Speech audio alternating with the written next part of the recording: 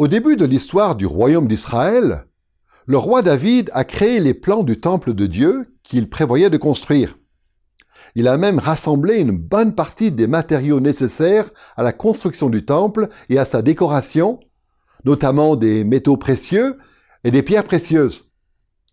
Mais c'est le fils de David, le roi Salomon, qui en fin de compte a construit le temple. Après que Salomon a fini de construire le temple, la gloire de l'Éternel a rempli l'édifice.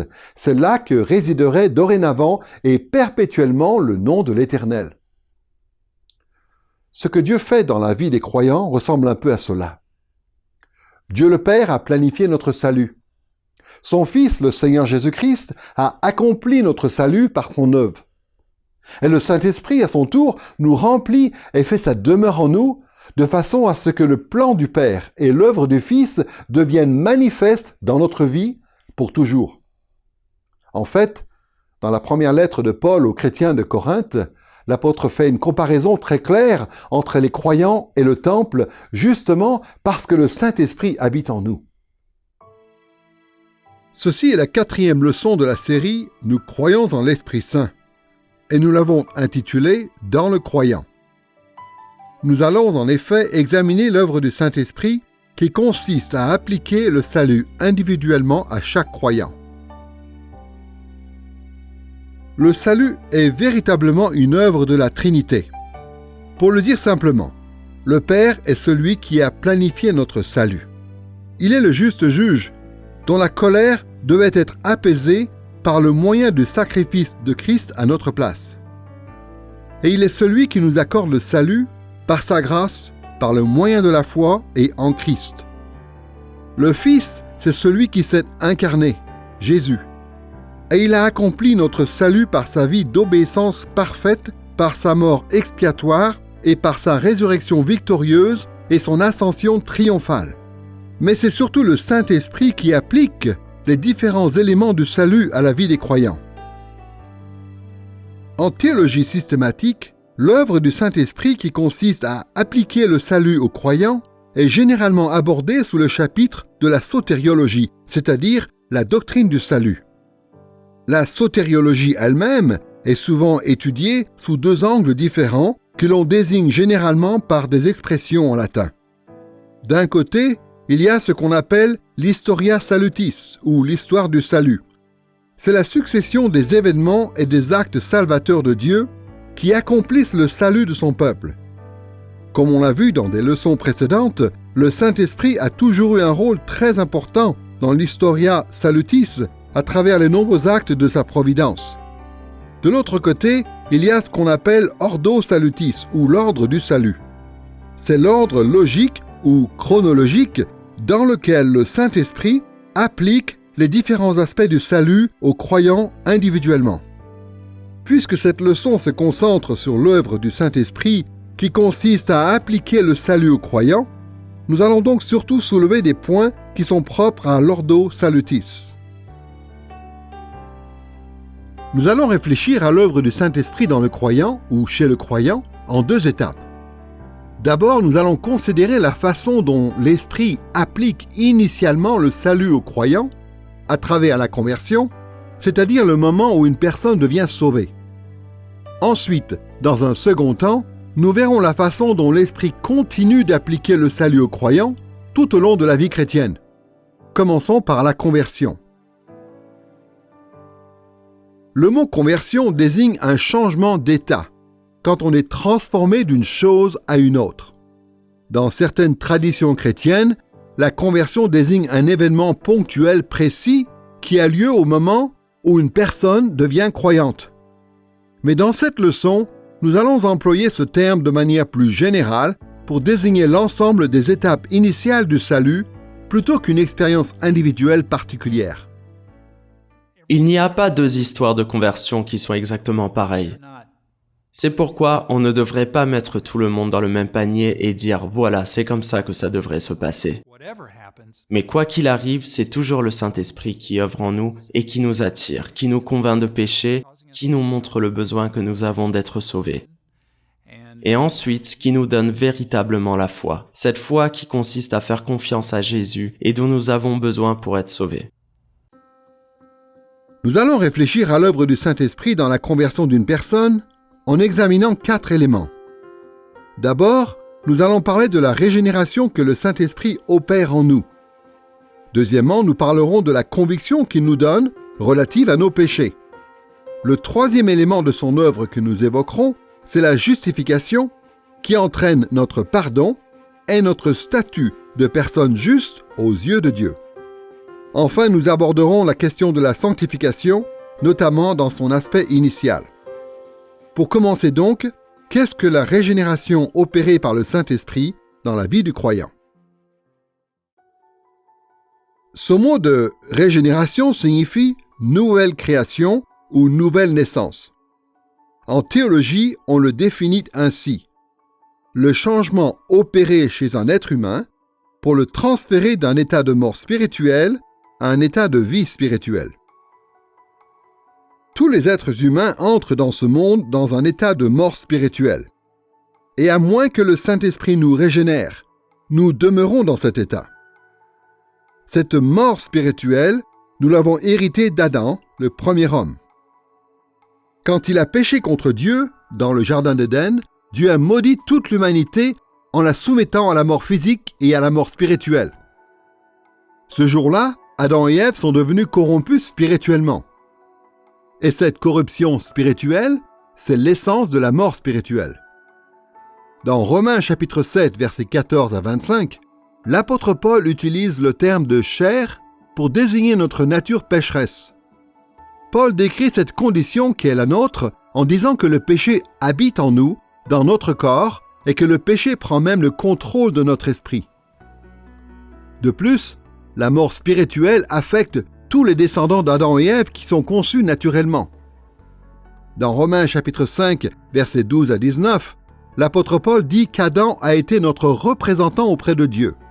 Et donc, nous avons tous part à sa culpabilité et aux conséquences de sa faute, à savoir la mort physique et la mort spirituelle.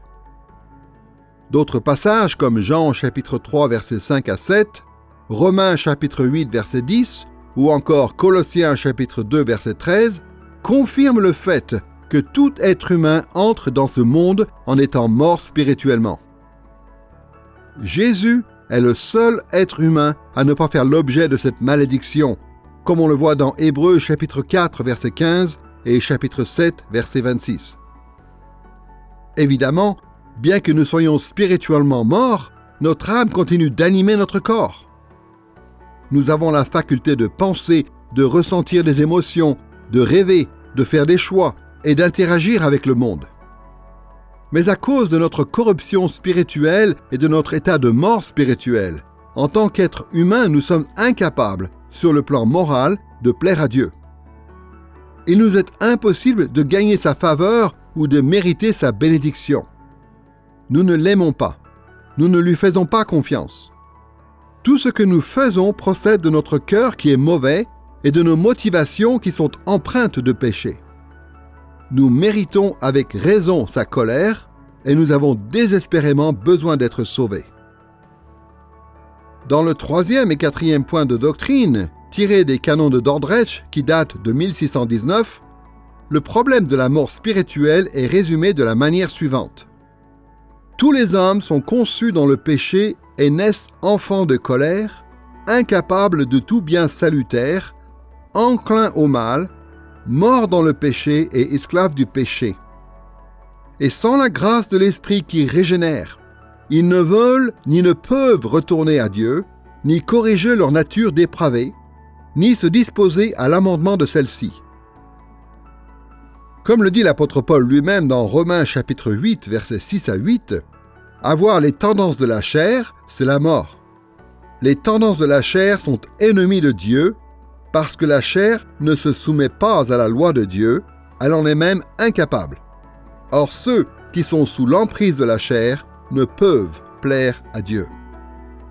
Dans cette situation, l'humanité est perdue, et c'est pourquoi la régénération opérée par le Saint-Esprit a une telle importance.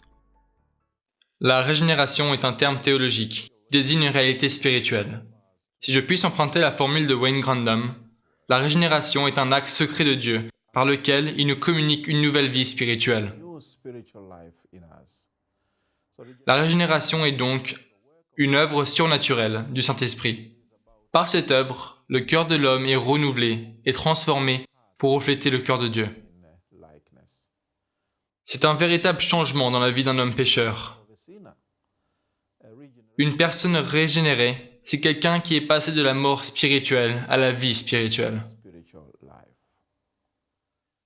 La régénération est propre aux vrais croyants. Par la régénération, Dieu agit pour transformer le cœur de quelqu'un. Le prophète Ézéchiel utilise une métaphore en disant à ce propos que le cœur de pierre a été remplacé par un cœur de chair. Quand nous sommes régénérés, notre âme, qui était spirituellement morte, devient spirituellement vivante.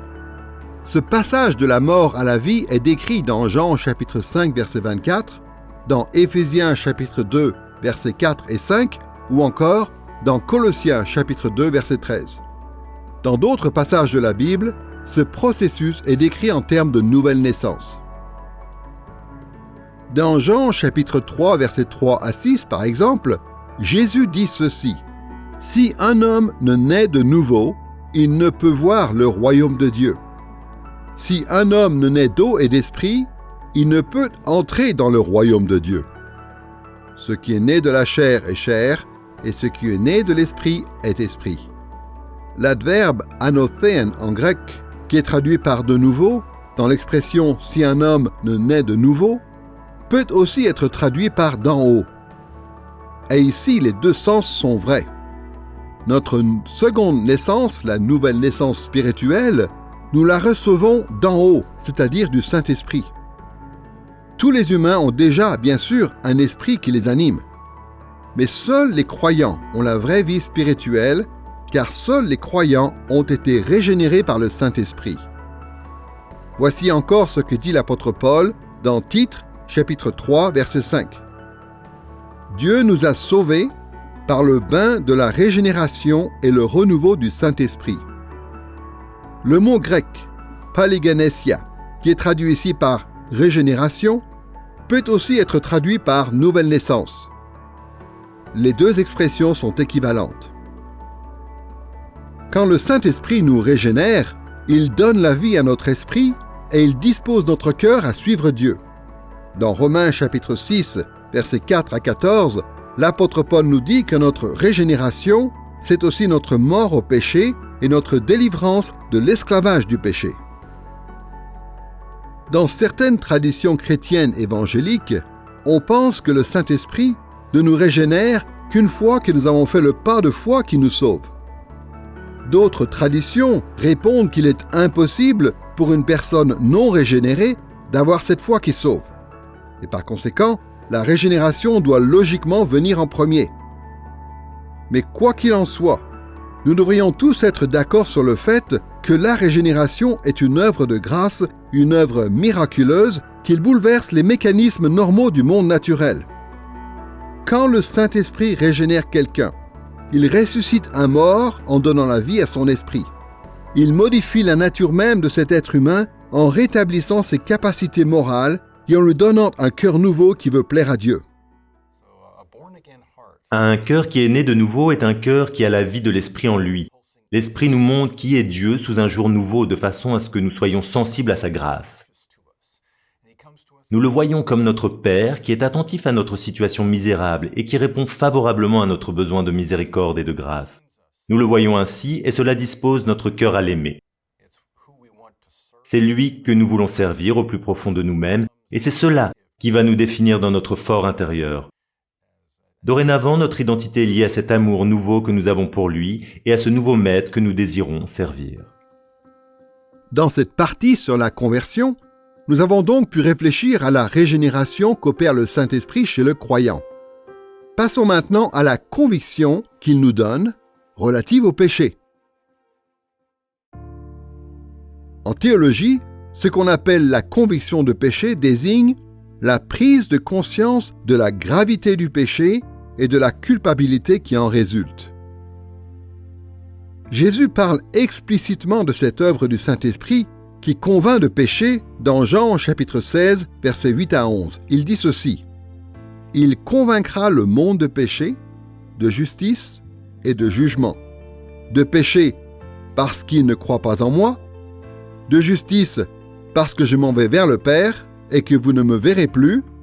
De jugement, parce que le prince de ce monde est jugé. » Le Saint-Esprit nous révèle notre péché dans le but de nous conduire au Seigneur Jésus-Christ pour notre salut. L'Esprit commence par nous faire prendre conscience de notre péché, de façon à ce que nous reconnaissions notre culpabilité. Il nous montre que nous méritons la colère de Dieu et que cela est parfaitement juste. Il produit en nous la tristesse et la contrition par rapport au mal que nous avons commis. Et il nous dispose à confesser nos péchés et à nous repentir et à nous appuyer sur Jésus pour recevoir en lui le pardon et le salut. Une des premières choses que fait le Saint-Esprit dans la vie d'un non-croyant qu'il appelle à la foi, c'est le convaincre de péché. Alors, bien sûr, il faut préciser que le Saint-Esprit appelle et convainc beaucoup de gens sans que cela les conduise nécessairement au salut. Il est possible d'être appelé à la repentance et à la foi et de reconnaître sincèrement qu'on est pécheur sans pour autant se tourner véritablement vers Christ. Par exemple, dans Ésaïe chapitre 59, verset 12, le prophète Ésaïe évoque les péchés du peuple de Dieu. Il dit ceci: « Nos crimes sont avec nous et nous connaissons nos fautes. » Le peuple est convaincu de péché dans la mesure où il reconnaît qu'il est coupable. Mais au verset 20, l'Éternel déclare: « Un Rédempteur vient pour Sion, pour ceux qui se détournent de leurs crimes. » Le peuple est appelé à la foi et il est convaincu de péché, mais ce n'est pas suffisant. Pour que les Israélites soient rachetés, il faut encore qu'ils se repentent. Mais quand on parle de la conviction de l'esprit en tant qu'élément de la conversion, cela se réfère plus précisément à ceux chez qui l'appel de l'esprit est efficace, c'est-à-dire chez qui l'influence bienveillante de l'esprit produit une vraie repentance et en fin de compte le salut. C'est une œuvre spéciale de l'esprit qui ne nous prépare pas seulement à entendre l'Évangile, mais qui nous applique réellement le salut. Il y a un bon exemple de ce type de conviction dans la prédication de Pierre, dans Actes chapitre 2. Le jour de la première Pentecôte après l'ascension de Jésus au ciel, l'apôtre Pierre prêche l'Évangile à une grande foule de Juifs réunis à Jérusalem. Et le Saint-Esprit convainc de péché beaucoup de ces Juifs de façon à ce qu'ils soient réellement sauvés. Plusieurs milliers de personnes ont trouvé la foi ce jour-là. Voici comment Luc, l'auteur des Actes, nous raconte cet épisode dans Actes chapitre 2, versets 37 à 41. Après avoir entendu cela, ils eurent le cœur vivement touché et ils dirent: « Frères, que ferons-nous » Pierre leur dit: « Repentez-vous et que chacun de vous soit baptisé. » Et par beaucoup d'autres paroles, il rendait témoignage et les exhortait en disant: « Sauvez-vous de cette génération perverse. » Ceux qui acceptèrent sa parole furent baptisés, et en ce jour-là furent ajoutés environ 3000 âmes. L'expression, qui est ici traduite par « avoir le cœur vivement touché », décrit cette œuvre de conviction réalisée par le Saint-Esprit qui a entraîné ce jour-là la conversion de 3000 personnes. En appelant son auditoire à se repentir et à être baptisé, Pierre confirme ce qu'on vient de voir concernant la conviction au sens large. Il est tout à fait possible que de nombreuses personnes qui ont entendu la prédication de Pierre ont été convaincus de péché de manière générale, mais pas dans le cadre d'une œuvre spéciale de l'Esprit qui les aurait conduits au salut. Ces gens-là ont pu refuser de se repentir et d'être sauvés. Mais ceux chez qui l'appel de l'Esprit a été efficace ont vraiment fait l'expérience d'une conviction de l'Esprit qui les a conduits au salut. Ils ont reconnu leurs péchés, ils ont confessé leurs péchés, ils ont été sincèrement attristés par leurs péchés et ils ont voulu se repentir et recevoir le baptême. Cette œuvre de l'Esprit Saint qui convainc le pécheur et qui le conduit à la repentance apparaît aussi dans la réaction de l'Église suite à la conversion de Corneille, un non-juif et de sa maisonnée. Dans Actes chapitre 10, versets 44 et 45, les croyants d'origine juive sont surpris quand ils voient que l'Esprit Saint est déversé sur Corneille et sur sa famille. Mais quand on leur rapporte un peu plus tard cette nouvelle concernant Corneille et les siens, ils louent Dieu pour le salut qu'il a accordé même aux païens.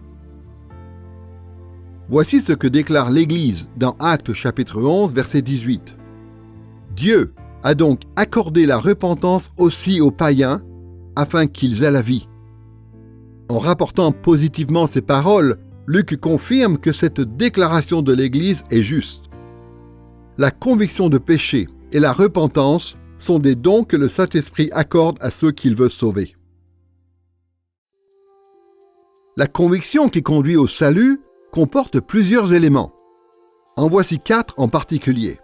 D'abord, quand le Saint-Esprit nous convainc de péché, il nous fait prendre conscience de l'étendue du péché.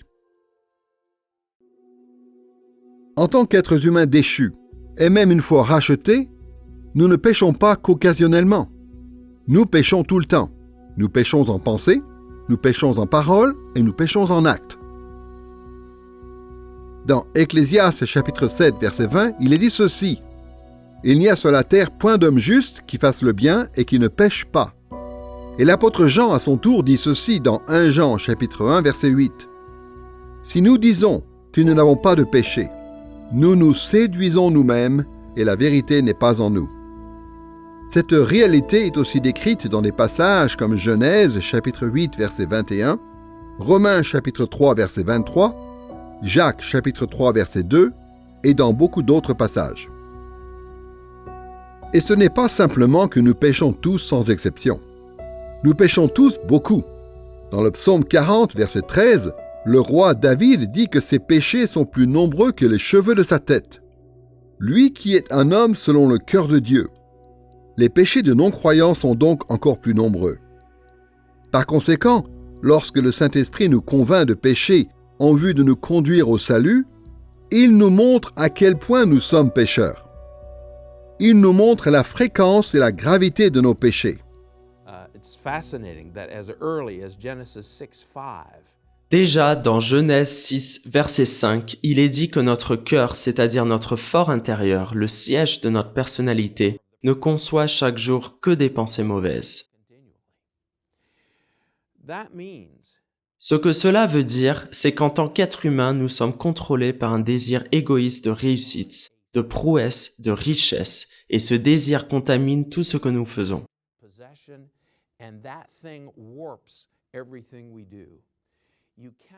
Il est impossible de comprendre le comportement des hommes si l'on part du principe que les hommes sont naturellement bons.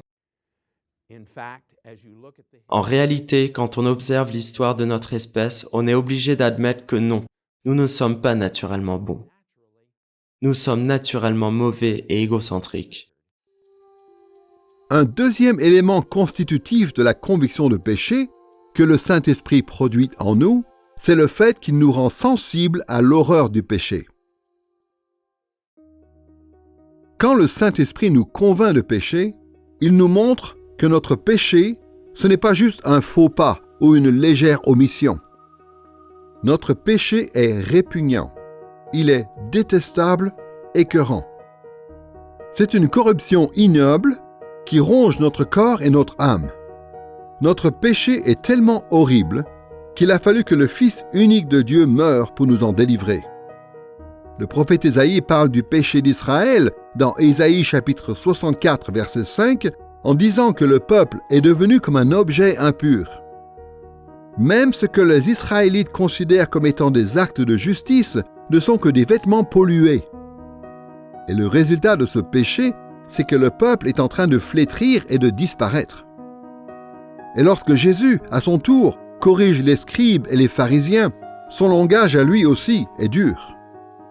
Dans Matthieu chapitre 23, verset 27, il les compare à des sépulcres blanchis, pleins d'ossements de mort et d'impureté. Dans Romains chapitre 7, l'apôtre Paul nous aide à voir comment la conscience de l'horreur du péché contribue à nous amener à la repentance et au salut. Dans ce chapitre, Paul dit notamment que la loi de Dieu, qui est sainte, juste et pure, incite en quelque sorte le non-croyant au péché. Mais elle le fait de telle sorte que le Saint-Esprit peut utiliser en même temps ce processus pour révéler à quel point le péché est vraiment détestable. Voici comment l'apôtre Paul en parle dans Romains chapitre 7, verset 13. Le péché, afin de se manifester en tant que péché, a produit en moi la mort par ce qui est bon, afin que, par le commandement, le péché apparaisse démesurément péché. Dans ce verset, ce qui est bon et le commandement sont des expressions qui font référence à la loi de Dieu. Et Paul dit que ces choses révèlent l'horreur du péché. À certains égards, on peut dire que le péché ne dérange pas les gens qui ne sont pas régénérés. En tant qu'humains, nous nous voyons naturellement comme étant assez bons et nous sous-estimons nos échecs et nos manquements sur le plan moral.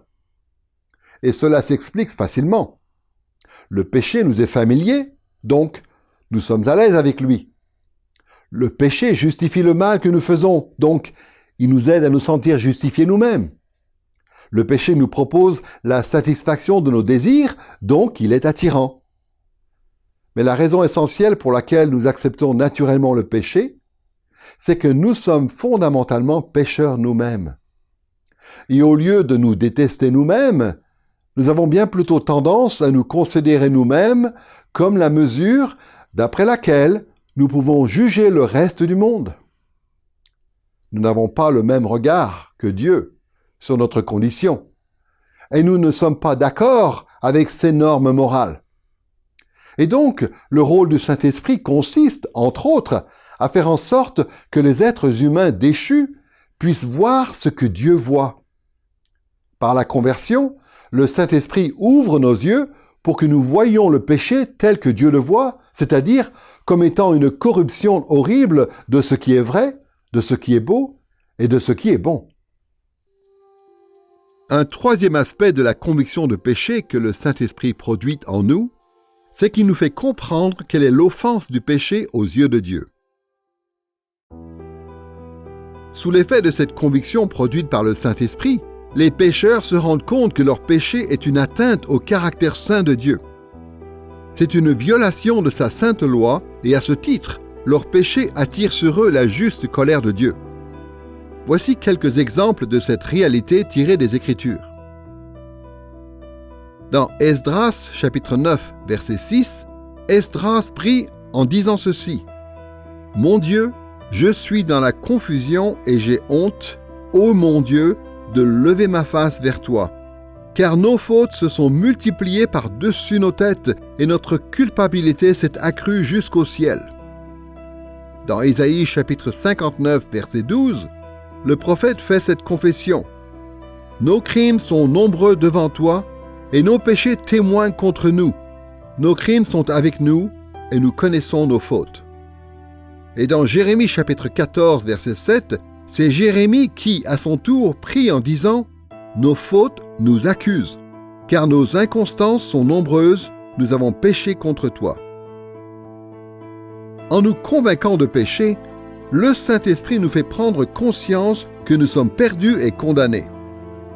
Nous nous rendons compte que la justice de Dieu est réelle et que nos péchés nous accusent, si bien que nous tombons sous le coup de la condamnation de Dieu et nous pouvons nous attendre à sa colère et à son châtiment.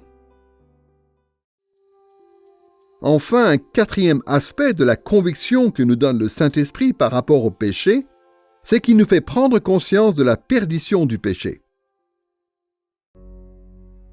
Le péché nous met dans une situation de perdition parce qu'il nous rend incapables de plaire à Dieu ou de mériter sa bénédiction.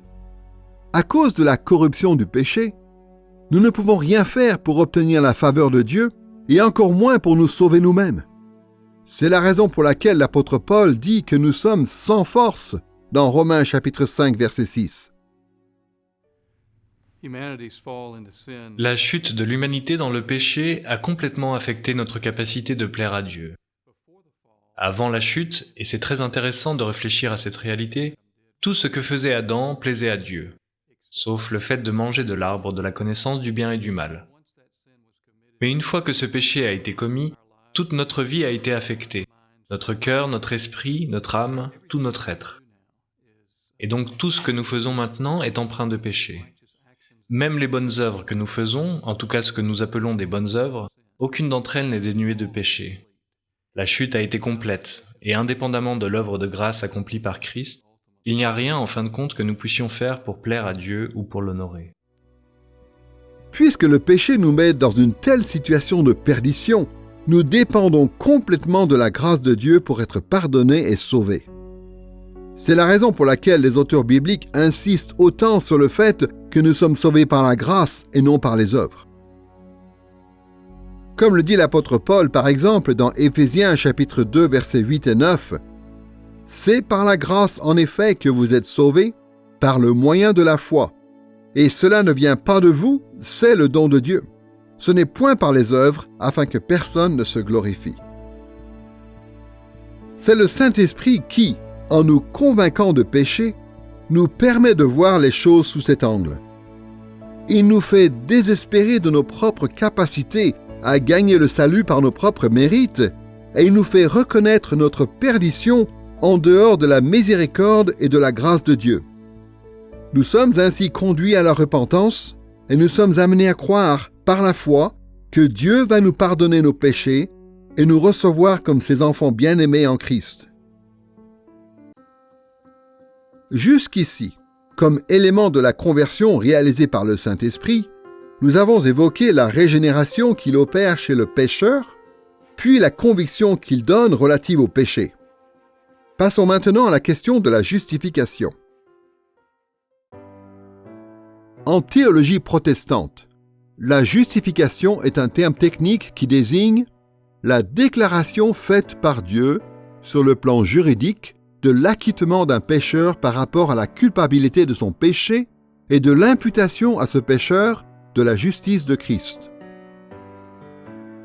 Le terme de justification, ainsi que le verbe justifier, et les mots juste et justice appartiennent tous en grec à la même famille que le verbe dikaio, qui veut dire rendre juste. Ces mots sont utilisés régulièrement dans le Nouveau Testament pour parler de Dieu qui pardonne aux pécheurs et qui les déclare justes à ses yeux. C'est le cas par exemple dans Romains chapitre 3 verset 30, chapitre 4 verset 5, chapitre 5 versets 1 et 9, dans 1 Corinthiens chapitre 6 verset 11, dans Galates chapitre 3 versets 8 et 11 et dans beaucoup d'autres passages.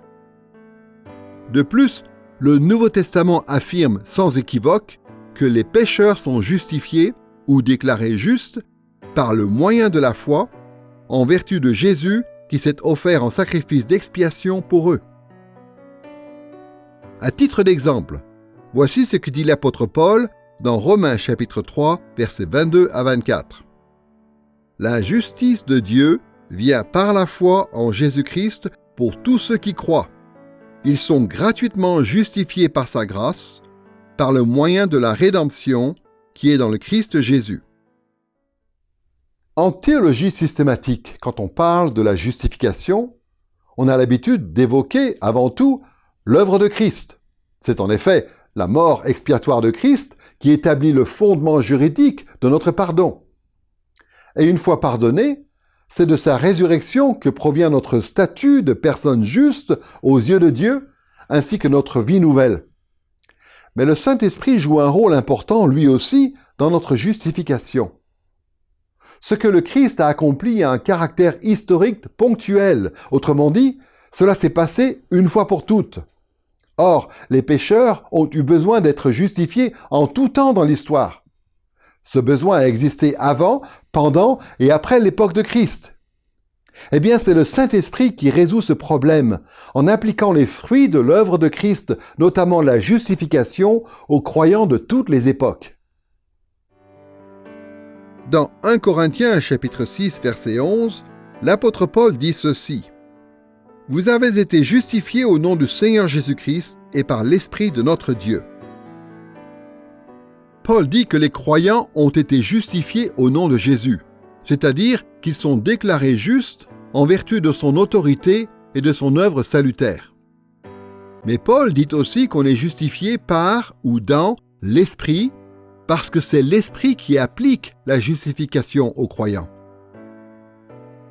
Paul dit quelque chose de similaire dans Romains chapitre 14, verset 17. Le royaume de Dieu, c'est la justice, la paix et la joie par le Saint-Esprit.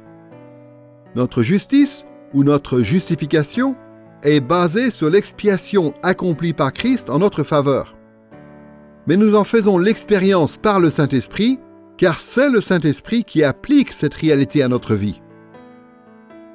Dans sa lettre à Tite, l'apôtre Paul relie la justification que nous applique le Saint-Esprit à son œuvre de régénération. Il dit que notre justification n'est pas fondée sur notre propre justice, mais sur celle de Christ. Et il précise que le Saint-Esprit nous applique la justice de Christ dans le cadre de la conversion qu'il réalise en nous, en même temps qu'il nous régénère. Cette idée apparaît dans Tite, chapitre 3, versets 5 à 7, où Paul dit ceci.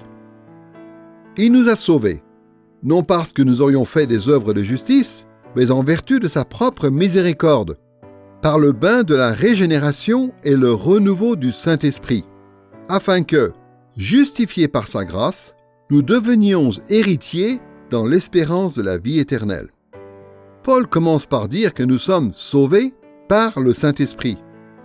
Il dit ensuite que nous avons été justifiés, ce qui veut dire que la justification fait partie de l'œuvre que le Saint-Esprit accomplit pour nous sauver. En théologie, on parle souvent de la dimension positive et de la dimension négative de la justification. Dans sa dimension négative, la justification annule ou efface notre culpabilité par le pardon de nos péchés, si bien que nous ne faisons plus l'objet de la condamnation de Dieu.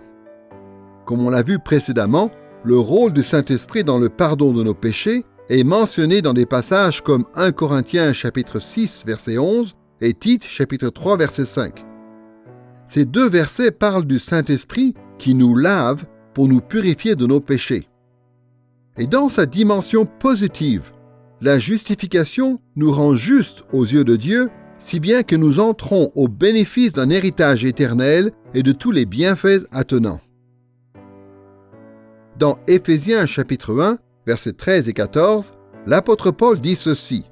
« En Christ, vous avez cru et vous avez été scellés du Saint-Esprit qui avait été promis et qui constitue le gage de notre héritage. » L'héritage dont parle Paul est constitué de tous les bienfaits du salut.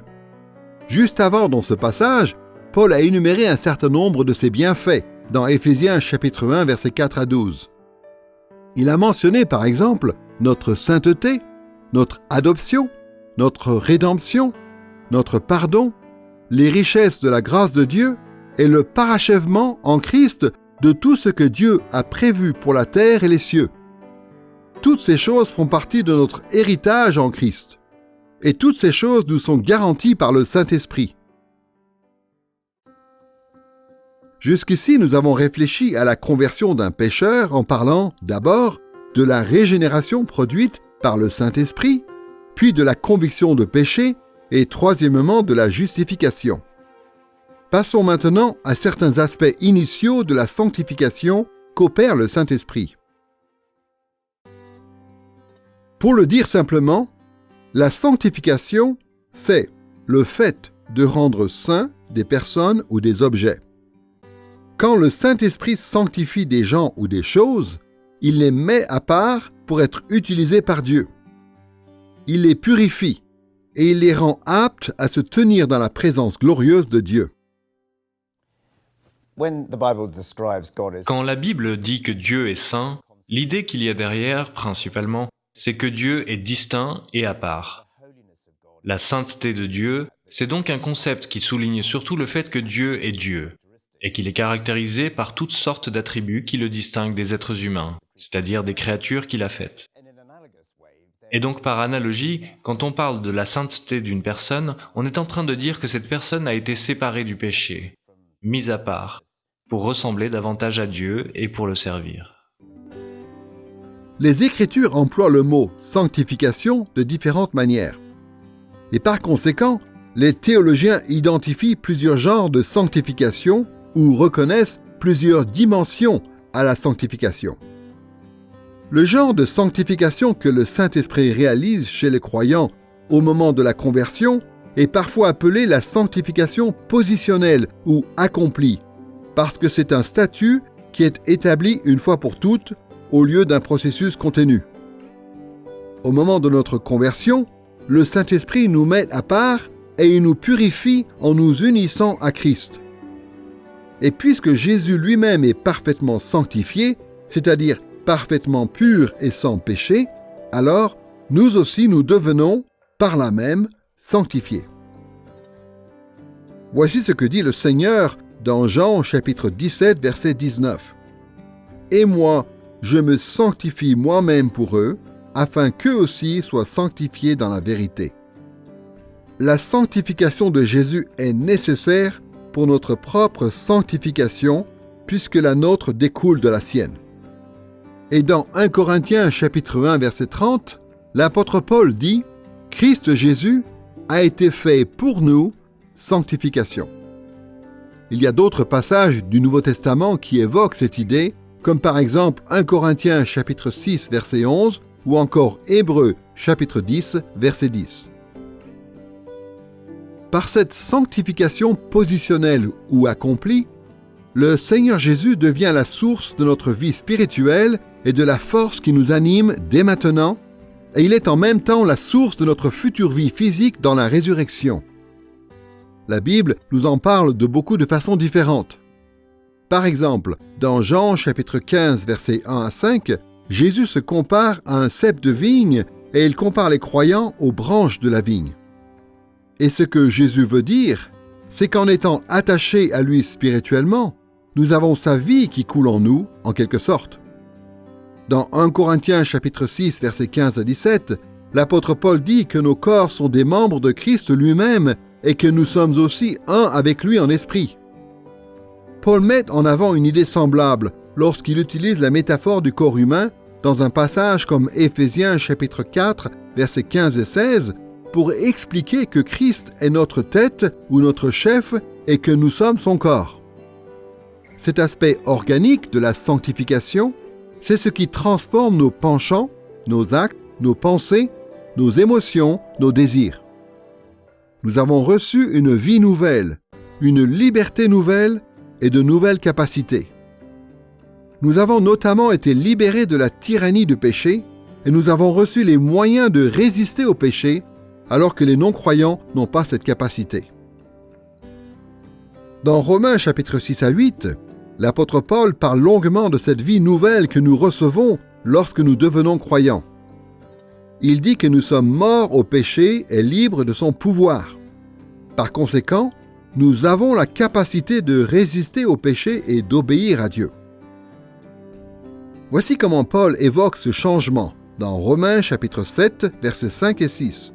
« Lorsque nous étions sous l'emprise de la chair, les passions des péchés provoqués par la loi agissaient dans nos membres et nous faisaient porter du fruit pour la mort.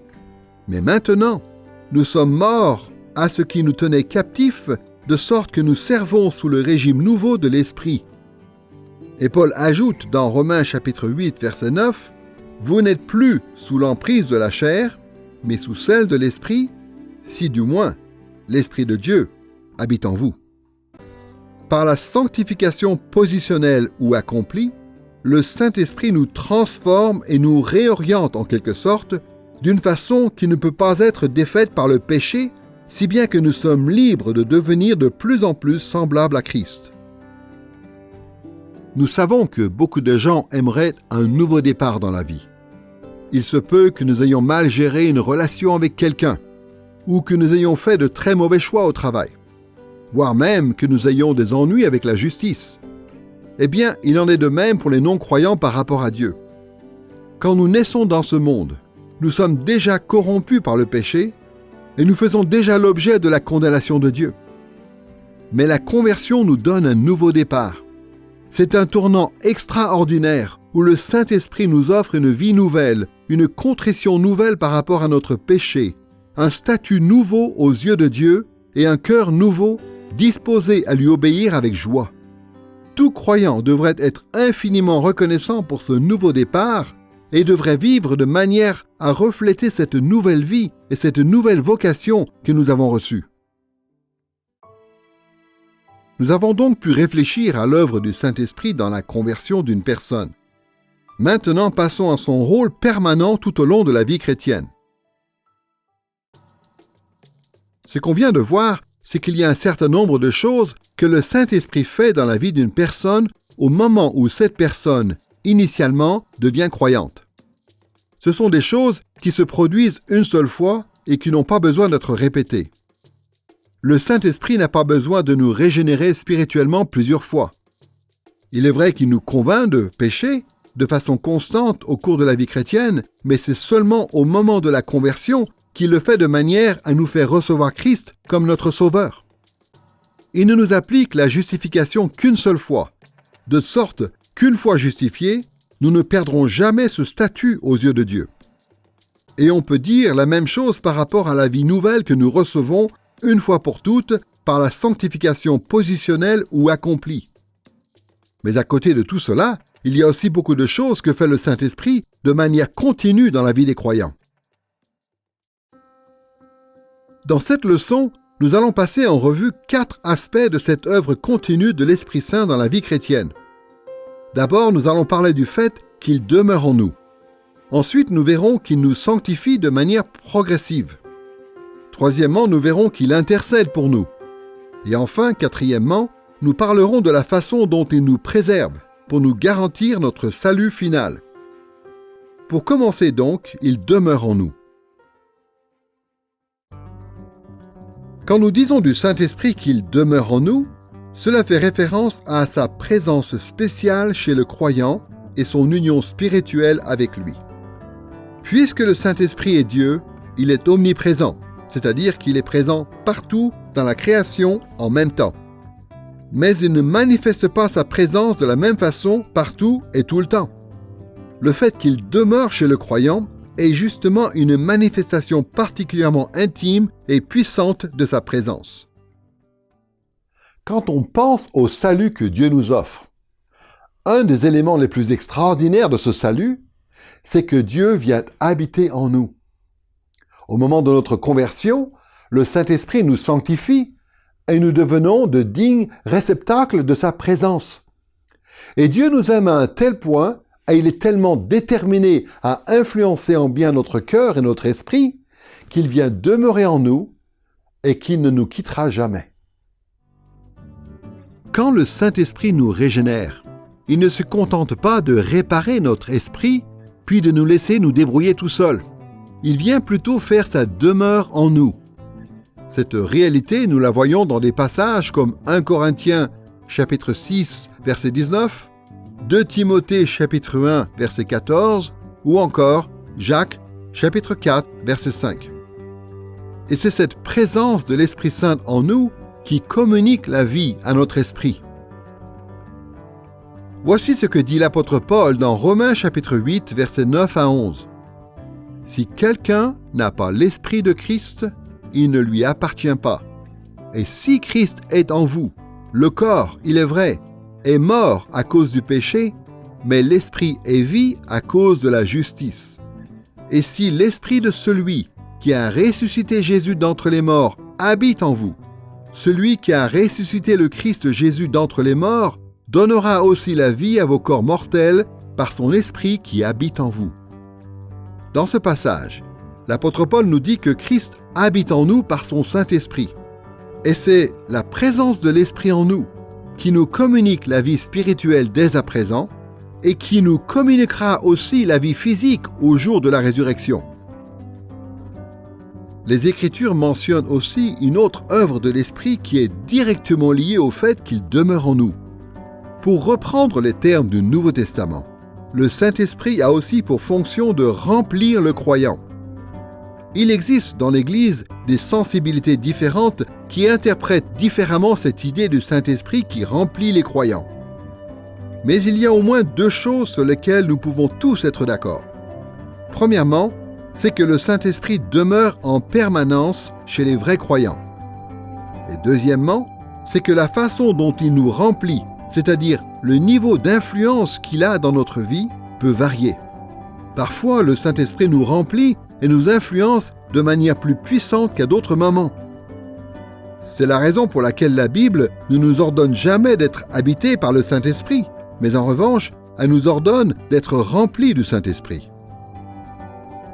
C'est ce que dit l'apôtre Paul, par exemple, dans Éphésiens chapitre 5, verset 18.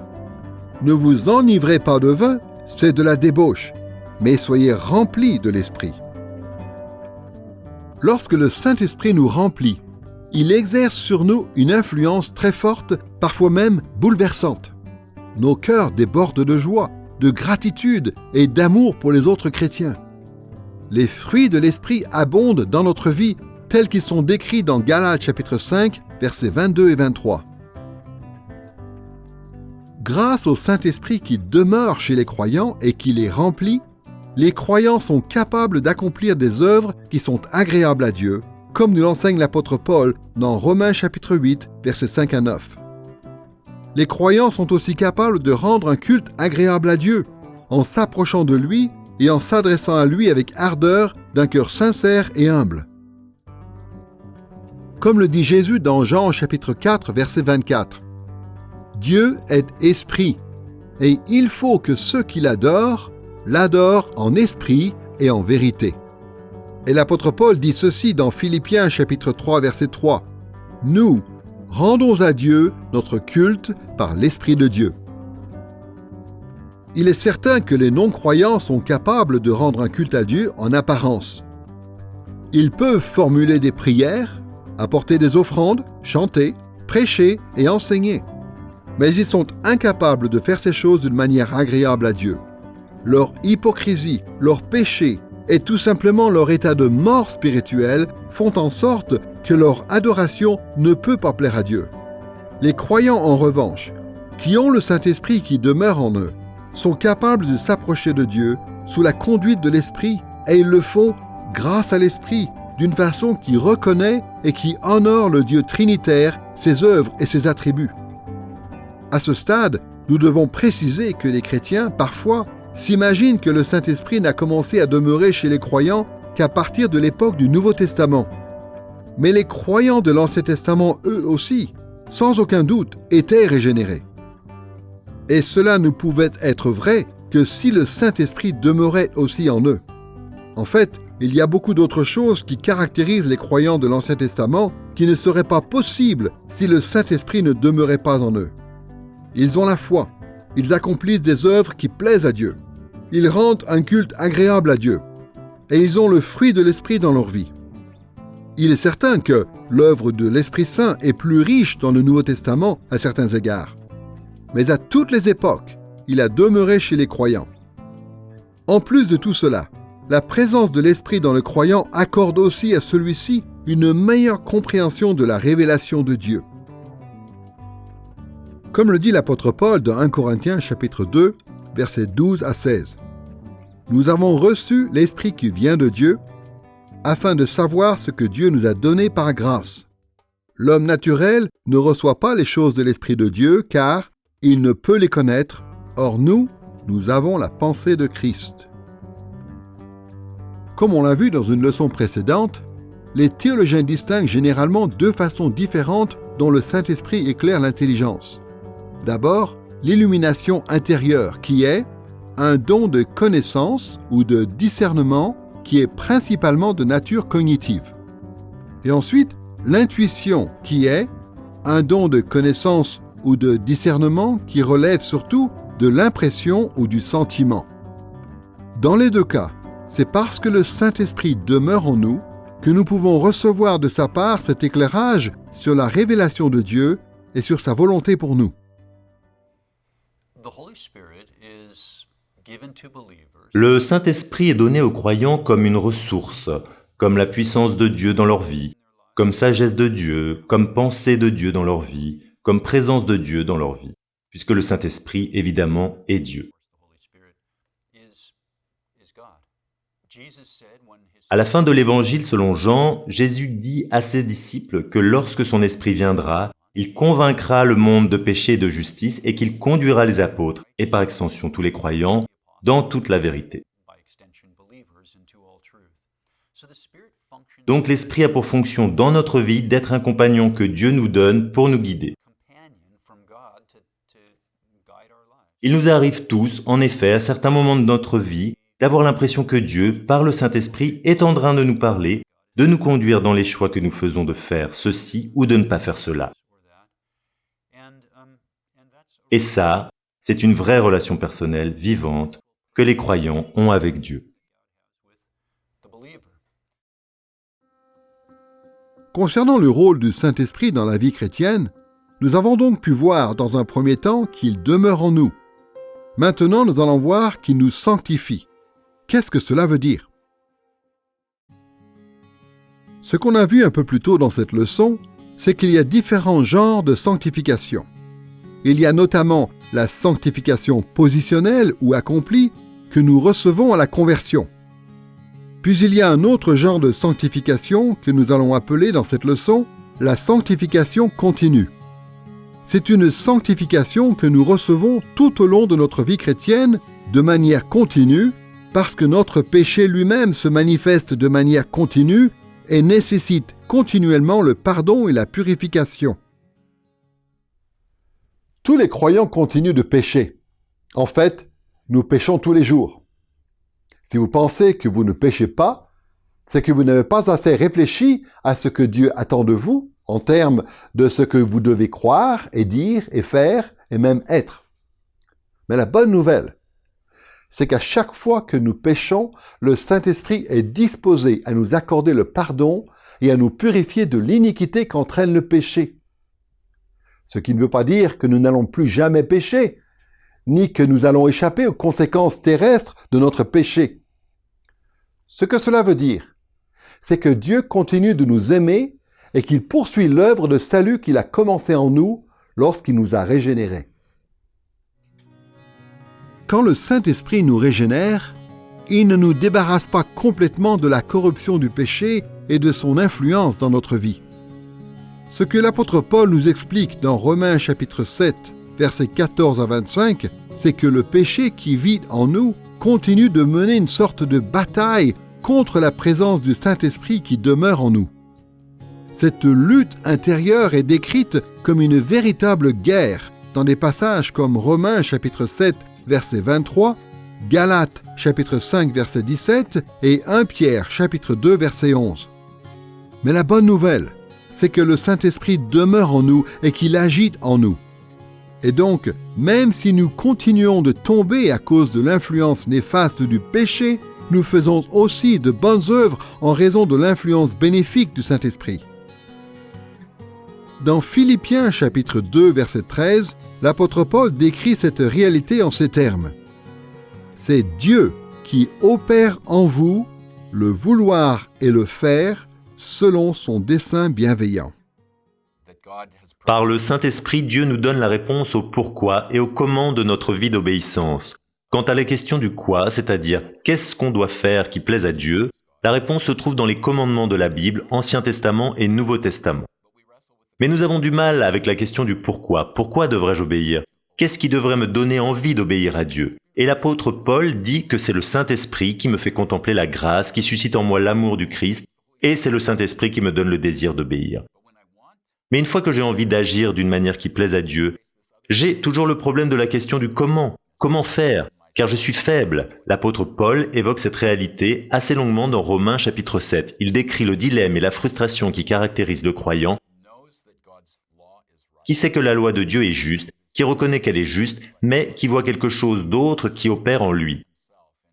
Il est frustré car il se trouve incapable de faire ce que Dieu l'appelle à faire et qu'il a envie de faire.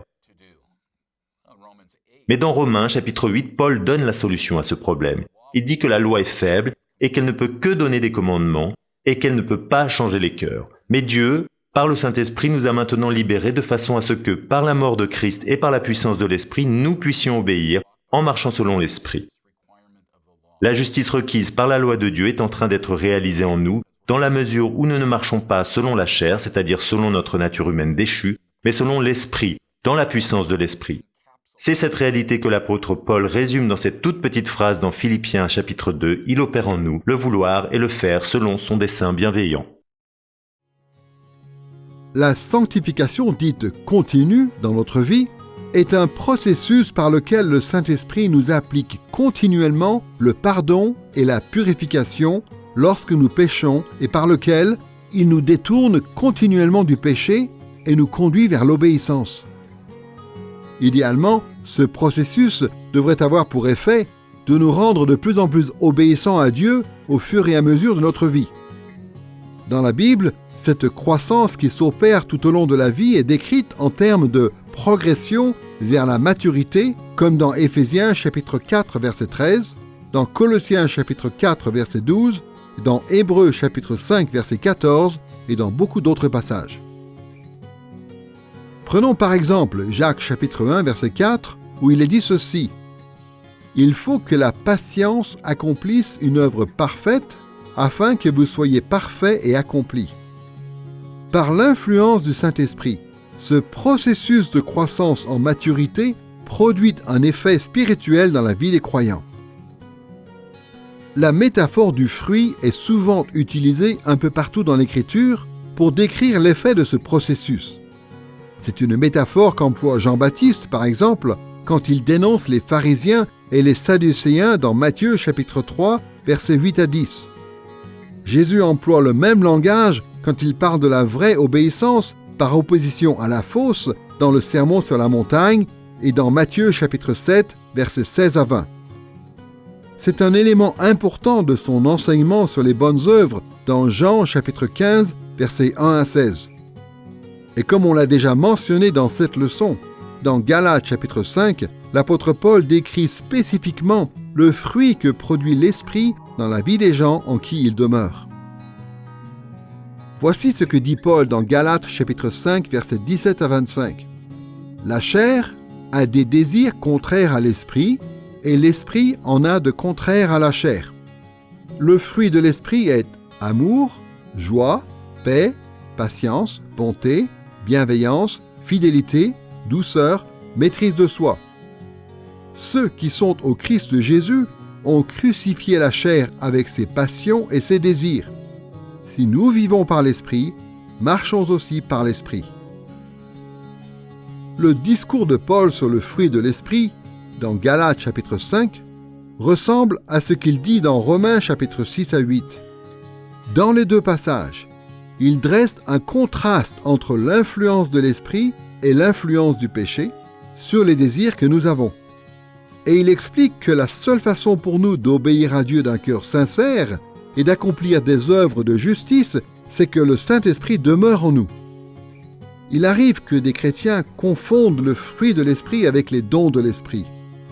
Ce qu'on a vu dans une leçon précédente, c'est que le Saint-Esprit, dans le Nouveau Testament, accorde des dons différents à chaque croyant. Mais le fruit de l'Esprit, c'est la vie d'obéissance que le Saint-Esprit produit dans la vie de tous les croyants. Le fruit de l'Esprit devrait donc être le même dans notre vie à tous.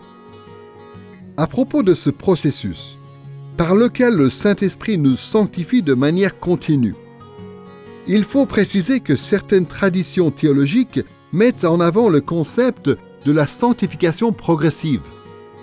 C'est l'idée selon laquelle nous progressons en sainteté, c'est-à-dire que nous devenons de plus en plus fidèles et consacrés à Dieu au fur et à mesure de notre vie chrétienne. Il est vrai, bien sûr, que les chrétiens devraient devenir progressivement de plus en plus mûrs dans la foi et que nous devrions produire de plus en plus de bons fruits. Mais la réalité, c'est que même des croyants authentiques peuvent échouer dans ce domaine. Voici comment l'apôtre Pierre parle de cet aspect de la sanctification dans 2 Pierre chapitre 1, versets 5 à 9. « Faites tous vos efforts pour joindre à votre foi la vertu, à la vertu la connaissance, à la connaissance la maîtrise de soi, à la maîtrise de soi la persévérance, à la persévérance la piété, à la piété la fraternité, à la fraternité l'amour. En effet, si ces choses existent en vous et s'y multiplient, elles ne vous laisseront pas sans activité ni sans fruit pour la connaissance de notre Seigneur Jésus-Christ. Mais celui qui ne les possède pas a mis en oubli la purification de ses anciens péchés. » La liste que fait Pierre de toutes ces différentes qualités ressemble beaucoup aux fruits de l'Esprit dont parle Paul. Et Pierre dit bien que ces qualités devraient être augmentées avec le temps dans notre vie. Autrement dit, il y a une croissance qui devrait être progressive. Mais Pierre reconnaît aussi que certains croyants, par leur propre faute, n'ont pas ces qualités. La Bible nous dit que c'est le Saint-Esprit qui produit en nous le désir de faire sa volonté, ainsi que l'acte lui-même. Mais nous voyons aussi dans l'Écriture, à plusieurs endroits, que nous sommes censés faire tous nos efforts. Nous devons nous appliquer à notre propre sanctification. Ce que nous voyons, c'est donc que le Saint-Esprit produit en nous le désir et la capacité de faire ce que Dieu veut. Mais en même temps, le croyant doit répondre à cela et travailler et faire usage des moyens de grâce et rester attentif et vigilant par rapport à la tentation, de façon à grandir dans la grâce du Seigneur.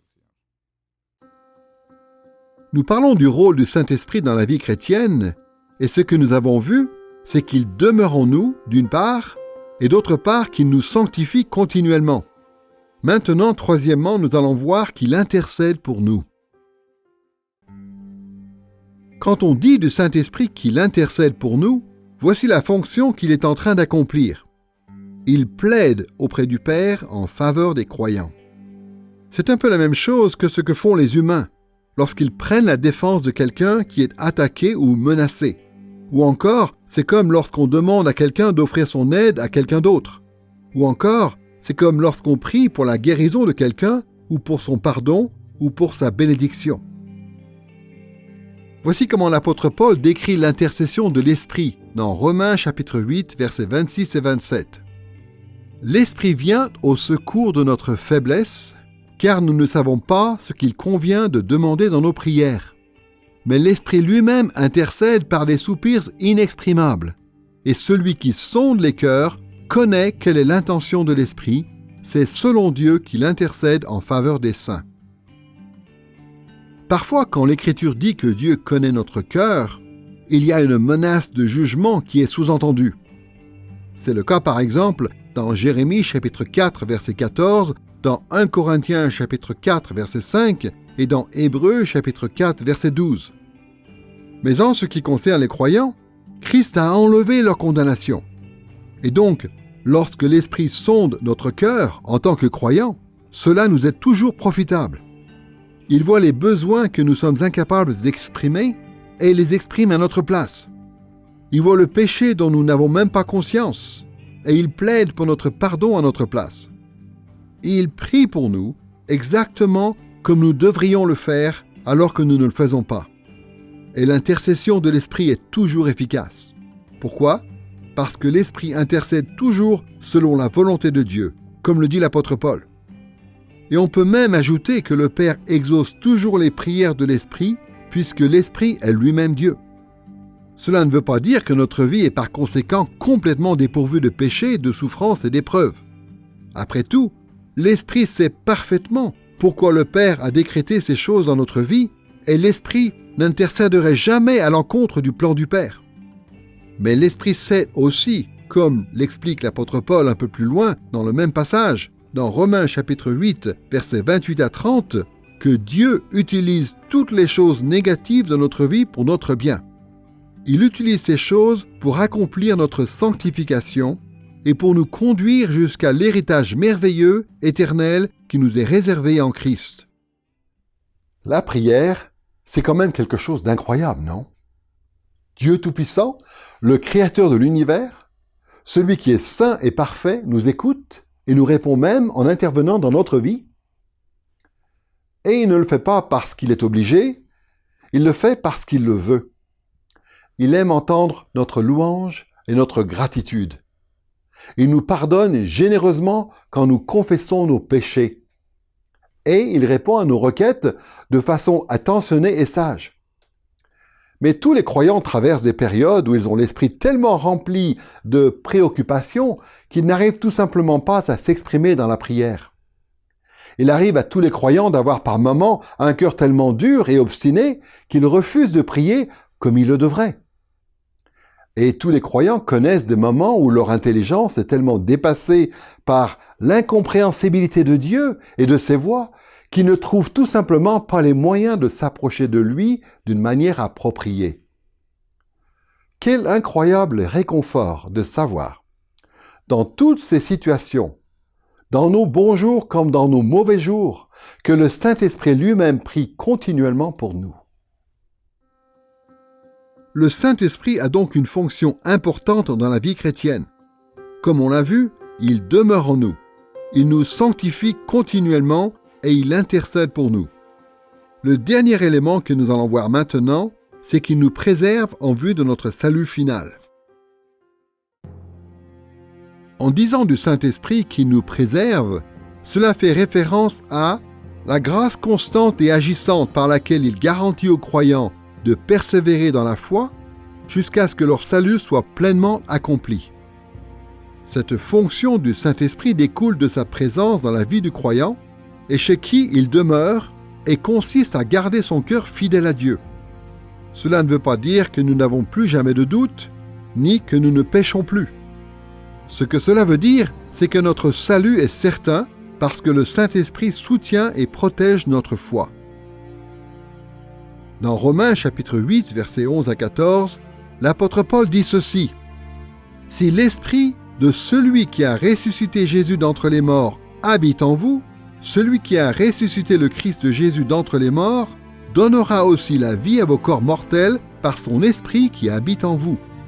Si par l'Esprit vous faites mourir les actions du corps, vous vivrez, car tous ceux qui sont conduits par l'Esprit de Dieu sont fils de Dieu. » Paul dit que si le Saint-Esprit nous a régénérés, et s'il demeure en nous, alors il nous conduit aussi. Et s'il nous conduit, alors nous sommes, de façon permanente, des fils de Dieu, et Dieu nous ressuscitera un jour corporellement pour la gloire. Quand une personne devient croyante, en plaçant sa foi en Christ, son salut est garanti pour toujours. Ce n'est pas parce que Dieu aurait promis de nous sauver, et peu importe la façon dont nous vivons. C'est plutôt parce que le Saint-Esprit nous préserve. Il fait en sorte que les vrais croyants persévèrent dans la foi et qu'ils ne se détournent jamais de Christ de façon complète ou définitive. Comme le dit Paul dans Philippiens chapitre 1 verset 6, « Celui qui a commencé en vous une œuvre bonne en poursuivra l'achèvement jusqu'au jour du Christ Jésus. » Nous savons que l'Esprit a commencé notre salut au moment de notre conversion. Nous avons donc l'assurance qu'il continuera de nous appliquer le salut jusqu'au jour de notre glorification lorsque Jésus reviendra. On trouve la même idée dans d'autres passages, comme dans Galates chapitre 3 versets 1 à 5, dans 1 Thessaloniciens chapitre 5 versets 23 et 24, ou encore dans 1 Pierre chapitre 1 versets 3 à 5. Parmi les grandes vérités qui concernent notre salut, il y a ce qu'on appelle la persévérance des saints. Spurgeon préférait parler de la persévérance du Sauveur parce que le Sauveur a persévéré pour nous, et puisque nous sommes unis à lui, nous avons cette sécurité en lui. Et je suis tout à fait d'accord avec ça. Mais il y a quand même un aspect subjectif à la persévérance où l'Esprit de Dieu intervient et utilise ce que les puritains appelaient des moyens pratiques pour faire en sorte que nous, du point de vue de notre expérience, nous persévérions. Et donc comment fait-il ? Eh bien, il le fait de manière bienveillante, délicate, discrète, toujours en utilisant la parole de Dieu pour nous guider. C'est la raison pour laquelle, dans la tradition réformée, on parle de la parole et de l'esprit. La parole et l'esprit qui produisent magnifiquement leur effet, les deux en harmonie, pour nous conduire jusqu'au but final que Dieu a prévu pour notre salut. Il y a une autre façon dont l'Écriture parle du Saint-Esprit qui nous préserve. C'est par la métaphore d'un sceau légal ou officiel. Dans le monde antique, on plaçait des sceaux sur des objets, souvent par le moyen d'une bague ou d'un autre outil qu'on pressait dans de l'argile ou dans de la cire ou même dans du métal pour y laisser une marque physique. Le signe ainsi apposé sur l'objet avait la même fonction qu'une signature de nos jours, de sorte que cet objet ou ce document était ainsi authentifié et formellement accrédité. Par exemple, dans Matthieu chapitre 27, verset 66, il est dit que lorsque Jésus a été déposé dans le tombeau, les Romains ont mis un sceau sur la pierre qui bloquait l'entrée, de façon à ce qu'ils puissent savoir si quelqu'un cherchait à accéder au corps de Jésus. pour ce qui est du Saint-Esprit, celui-ci accomplit la fonction de sceau de Dieu pour marquer ce qui appartient à Dieu. Ainsi, il atteste que ceux qui ont l'Esprit appartiennent vraiment à Dieu, et personne ne peut les enlever à Dieu. D'une certaine manière, cette réalité ressemble à une pratique qui existait il y a bien longtemps par rapport aux serviteurs. Dans Exode, chapitre 21, verset 6, par exemple, il est question d'un serviteur qui se fait poinçonner l'oreille comme marque de son appartenance perpétuelle à son maître. De façon similaire, le Saint-Esprit scelle les croyants pour Dieu, ils lui appartiennent pour toujours. Voici comment l'apôtre Paul en parle dans 2 Corinthiens chapitre 1 verset 22. Dieu nous a marqués de son sceau et a mis dans nos cœurs les arts de l'Esprit. Quand Dieu nous scelle par le moyen du Saint-Esprit, il ne met pas simplement sur nous la marque de notre appartenance à lui, mais il garantit aussi que le salut dont nous avons commencé à faire l'expérience sera un jour pleinement révélé et accompli. Et contrairement aux sceaux et aux marques qui existaient autrefois dans le rapport entre un maître et ses serviteurs, le sceau de Dieu ne nous identifie pas seulement comme des serviteurs. Il nous identifie aussi comme les enfants de Dieu et ses héritiers. L'apôtre Paul parle conjointement de ces différentes réalités dans Éphésiens chapitre 1 versets 13 et 14 où il dit ceci: « En lui, vous avez cru et vous avez été scellés du Saint-Esprit qui avait été promis et qui constitue le gage de notre héritage en vue de la rédemption de ceux que Dieu s'est acquis. » En recevant le Saint-Esprit, les croyants reçoivent la promesse de Dieu qui garantit non seulement le parachèvement à venir de leur salut, mais aussi leur héritage. L'héritage, ce n'est pas ce que reçoivent des serviteurs de la part de leur maître, c'est ce que reçoivent des enfants de la part de leur père. Cet héritage, ce sera notre salut final, c'est-à-dire notre glorification, que le Saint-Esprit nous appliquera lorsque Jésus reviendra. Et cette glorification inclut la résurrection de notre corps qui sera rendu incorruptible et immortel. Comme on l'a vu, l'apôtre Paul parle de cette réalité dans Romains chapitre 8, versets 11 à 14. Mais il en parle de façon plus détaillée encore dans 1 Corinthiens chapitre 15. Par exemple, dans les versets 37 à 44, il compare notre corps à une semence. Et dans la logique de cette comparaison, il poursuit en disant que notre corps ressuscité sera comme la plante qui surgit à partir de cette semence. Voici ce qu'il dit dans 1 Corinthiens, chapitre 15, versets 42 à 44. « Semé corruptible, on ressuscite incorruptible. Semé méprisable, on ressuscite glorieux. Semé plein de faiblesse, on ressuscite plein de force. Semé corps naturel, on ressuscite corps spirituel. » Notre corps glorieux et plein de force aura été recréé par le Saint-Esprit, de façon à être parfait moralement et physiquement. Il sera impossible à notre corps de se livrer au péché ou au déshonneur, et il sera immunisé contre la souffrance et la mort. En fait, ce que Paul nous fait comprendre juste après dans 1 Corinthiens chapitre 15, versets 48 et 49, c'est que notre corps ressuscité sera en tout point semblable au corps glorifié que Jésus lui-même a reçu lors de sa résurrection. L'apôtre Paul en parle ainsi dans 2 Corinthiens chapitre 3 verset 18. « Nous tous, qui le visage dévoilé, reflétons comme un miroir la gloire du Seigneur, nous sommes transformés en la même image, de gloire en gloire, comme par le Seigneur l'Esprit. »